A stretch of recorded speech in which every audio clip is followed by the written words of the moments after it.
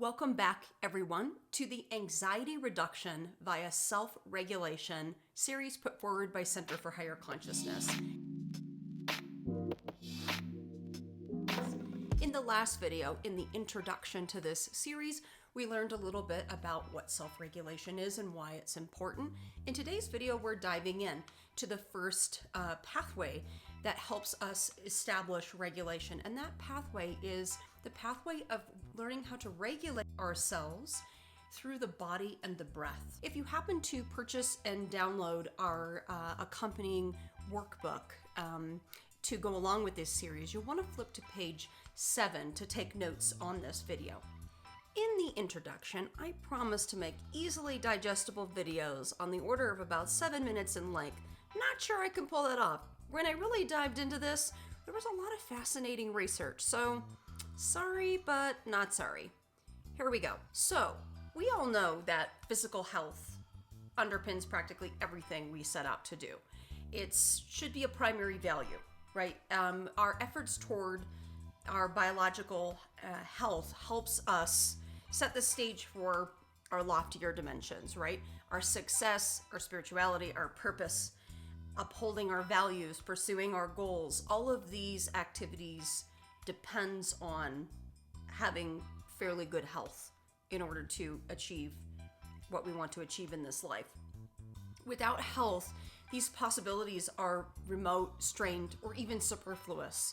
As many of us know, when you're in a health crisis, your efforts organize around restoring your health. The pointers I'm going to cover that help us maintain our health, in particular maintain our health that supports our mental health, are definitely part of our general health education, reviewed by our healthcare providers. This is not going to be mind-blowing information by any means. This information is widely available.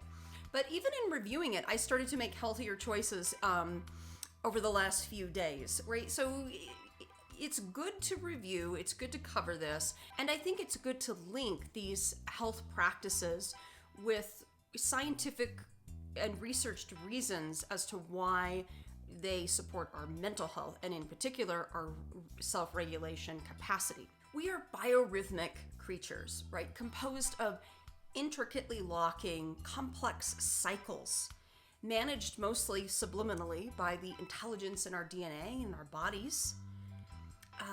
We can think about we're composed of digestive cycles, cycles of respiration, our sleep-wake cycle, our circadian rhythm is a cycle. We have hormonal cycles.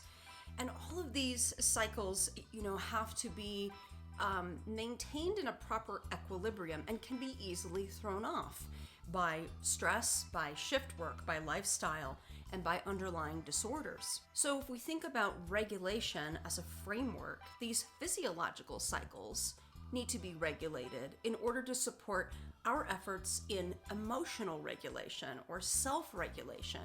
If we're physiologically dysregulated, it makes it infinitely more difficult to employ the high-level skill of self-regulation and the kinds of emotional and impulse control we need to be regulated in our day-to-day lives. Borrowing from the dialectical behavioral therapy or DBT tradition, Marsha Linehan notes, I'm paraphrasing here, that a body knocked out of homeostatic equilibrium or a body that's biorhythmically disturbed to some degree is more vulnerable to negative emotions and in DBT what's called emotion mind, to stress reacting.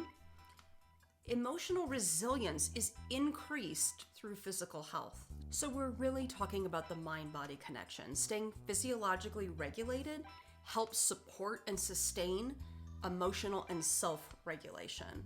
And also emotional and self-regulation helps us in that mind-body connection with physiological regulation. So, if you're able to talk yourself into a healthy perspective, your breathing might slow down, you might induce a relaxation response in your body, for example.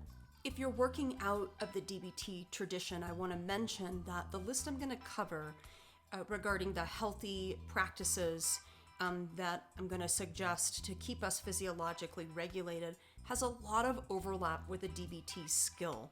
That DBT skill is called Please Take Care of Your Body in Order to Take Care of Your Mind. It lives in the emotion regulation module. If you happen to be working out of the Marsha Linehan skills, handouts, and worksheets book, that's going to be in handout 20 in the emotion regulation module. My first tip is to stay hydrated. We need a lot of water every day in order to maintain health. We can easily become dehydrated. Most of us actually are dehydrated on some level. Make it a little more interesting and pleasurable. I like to create what I call live water, which is infusing water with slices of lemon or lime. I even sometimes crush blueberries, and that's kind of a version of live water I like. You can freeze fruit in an ice cube tray and use those ice cubes in your water. You can spritz your water with some seltzer. These are just ideas to get you more interested in hydrating.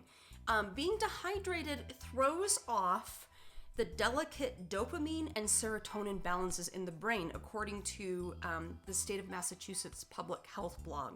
These neurotransmitters are implicated in disorders like depression and anxiety.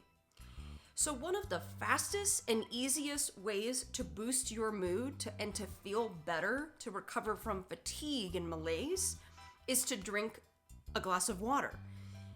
Getting hydrated can calm your nerves, it's said. Water has a calming effect on the body. Also, dehydration is linked to cognitive and emotional impairment. Hydration improves alertness, daytime fatigue. I read somewhere that the leading cause of daytime fatigue is dehydration. Water improves focus and decreases irritability and distractibility.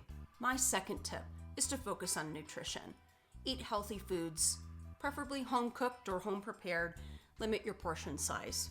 In an article published on Harvard's Health Blog entitled Nutritional Psychiatry, Your Brain on Food, I learned that what we eat directly affects the structure and function of the brain, and so ultimately affects your mood and your well-being. Your brain functions best, this article referenced, when it gets premium fuel. Eating high-quality foods containing vitamins, minerals, and antioxidants nourishes the brain and protects it from oxidative stress or the waste associated with free radicals produced when the body uses oxygen, which can damage cells and tissue. Multiple studies have found that diets high in refined sugar impairs brain function and worsens mood disorders like depression. In addition to worsening your body's regulation of insulin, another regulatory process, sugar promotes inflammation and oxidative stress, which directly affects the integrity of the brain as well as other organs. This was fascinating. So there's a lot of research being done on gut health and the intestinal microbiome. Not only is a healthy gut linked to health markers like low inflammation, but also mental health markers. Why? Because I just learned this. 95% of our serotonin is produced in the lining of the gut, not in the brain. So serotonin is a neurotransmitter that helps regulate sleep and appetite, mediate mood, and inhibit pain. It's what a lot of our major antidepressants work on. And so our gut health is intimately linked to keeping that neurotransmitter in proper balance to regulate our mood. There was a study that I read that compared traditional diets like the Mediterranean diet with the typical Western diet, and the depression rates were about 30% different. So 30% higher rates of depression on a Western diet. So we all kind of know this, but this research just kind of solidifies with some objective information what we all intuit.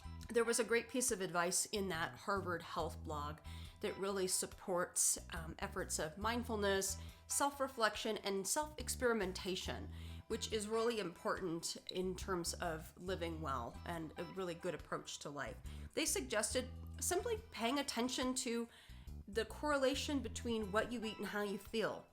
And you should do this on a day-to-day basis, but also they suggested checking in with yourself the day after you eat certain foods.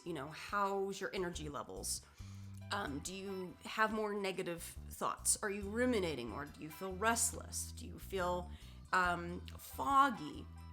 All these things, take note of. And they suggest, cleaning up your diet for, say, a 2 or 3 week period to really take this test to the limit, and then start reintroducing foods like dairy or sugar and see how you feel.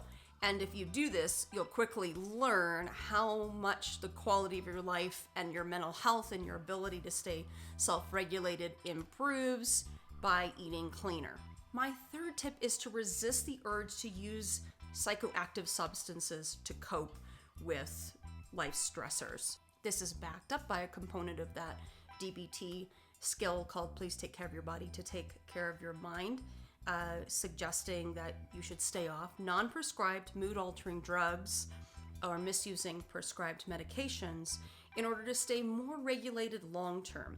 Of course, it's tempting to go for a mood-altering substance because it's sort of a quick fix in terms of emotion regulation. It does regulate our mood, emotion, and state, but it's a real short-term fix, and it actually undermines our longer-term capacity to stay regulated because it acts on our brain and the circulation of neurotransmitters. It's actually throwing us out of equilibrium, and our brain has to then recalibrate every time it's withdrawing from those substances. And so over time, the regulation of the brain is getting thrown too much, and that can undermine in time the integrity of the brain's function. But any psychoactive substance you should really be wary of.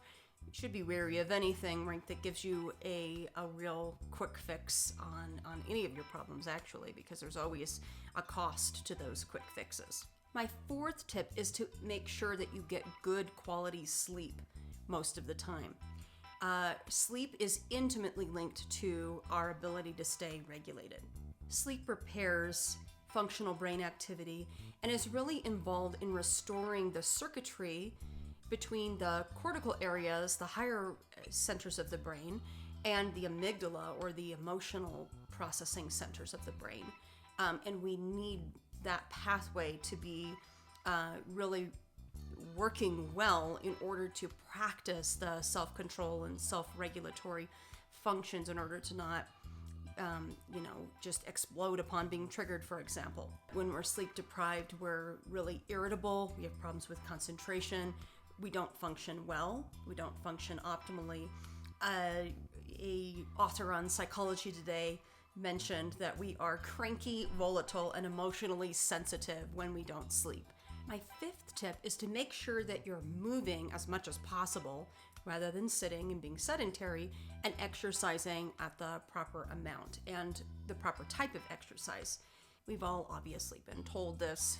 Exercise is good for us and we need to make sure that we get adequate exercise. But the Anxiety and Depression Association of America suggests that regular participation in aerobic exercise, cardio, elevates and stabilizes mood, improves sleep, and even improves self-esteem. So there's a lot of research on the correlation between cardio, or getting your heart rate up for a sustained amount of time, and how that is really mood regulating. Although there's some other research on the fact that also muscle training has a mood enhancing effect as well. Of course, for our general health, we need to be focused on a combination of both. And as you see in the screen now, I'm showing a graphic that is a part of this really awesome pamphlet released by the Department of Health and Human Services called Physical Activity Guidelines for Americans, 2nd edition. This is just a really nice graphic, easily consumed, that suggests the proper proportion between cardio and muscle training. That is just an easy guideline to follow. It seems like a lot, but it's fairly achievable, and we have to remember that any hour or half an hour or even 10 minutes we spend nurturing our body by exerting it pays a lot of dividends in productivity, in the quality of whatever else we do in our day. It really, there's a big return on investment when we exercise. And lastly, the sixth tip to help us stay physiologically regulated that I'm going to suggest is to practice breath work. Or if you're less new agey, to do breathing exercises throughout the day. Why is this important? Rapid shallow breathing or unconscious breathing induces a stress response. By consciously taking over our breath cycle and slowing it down and deepening it and working with our breath, not only do we get a welcome break in our otherwise busy, hectic, overscheduled days, but we're inducing a response from the parasympathetic nervous system when we do that. So we are actively practicing a relaxation technique. We need to be able to relax. We need to have that skill readily available to us and to induce it when needed, to induce it when we are worked up, anxious, stressed. So breath work is a really good sort of muscle to build in terms of practicing the capacity to relax kind of upon our decision that we need to relax. Even though the Wikipedia article on breathwork makes it seem like it's some woo-woo practice, like it's snake oil or something, I think that Wikipedia article is going to need some revision. And I am going to be on that and improve that entire article because I think it does a disservice to breathwork. It is not necessarily a esoteric spiritual practice, even though it does show up in the ancient tradition of yoga. Yoga is really based out of a breathwork tradition, and there are many breathing techniques that you learn if you study and practice yoga, like Ujjayi or ocean breath. There's many different kinds of breathing, but for the purposes of this video, what we're just going to be talking about here is to try deep breathing. What I do when I'm stressed is I take a break and I do 10 deep breaths. Just 10, and I count, and I make sure to do 10. It's gonna seem like forever, but do 10. Take that break and simply just count your breaths and make sure your breaths are slowed down and a little bit deeper, and that you're doing a mindfulness practice. There are many different kinds of breathing exercises, which in another video I probably will cover. For now, let's not get fancy or make this overly complicated. All I want you to do is just start paying attention to utilizing the breath to induce a relaxation response, to take a healthy break, and to practice mindfulness in your day. Just do a simple exercise like 10 deep breaths. That will suffice for now to introduce breathwork into your life. So I hope this was helpful to review some basic practices that help you stay physiologically regulated, which gives you a great foundation of health and also helps you in your efforts to achieve greater mental health and to stay self-regulated. Do yourself a favor and put in the efforts in this foundation. It will make your mental health efforts infinitely easier to achieve. I'm going to be putting in a number of links in the description box below to some of these articles I'm referencing and guides. I think they're really handy resources to just have on hand. And I hope that you maybe focus on one of these areas that might be lacking in your life, and start small and go consistent. Putting in small but meaningful efforts is always more sustainable, remember, than overhauling your health after watching this video. Try to go slow and steady in improving your physiological regulation and your physiological health. Stay tuned for our next video, which will be about regulating ourselves through the mind. Take care.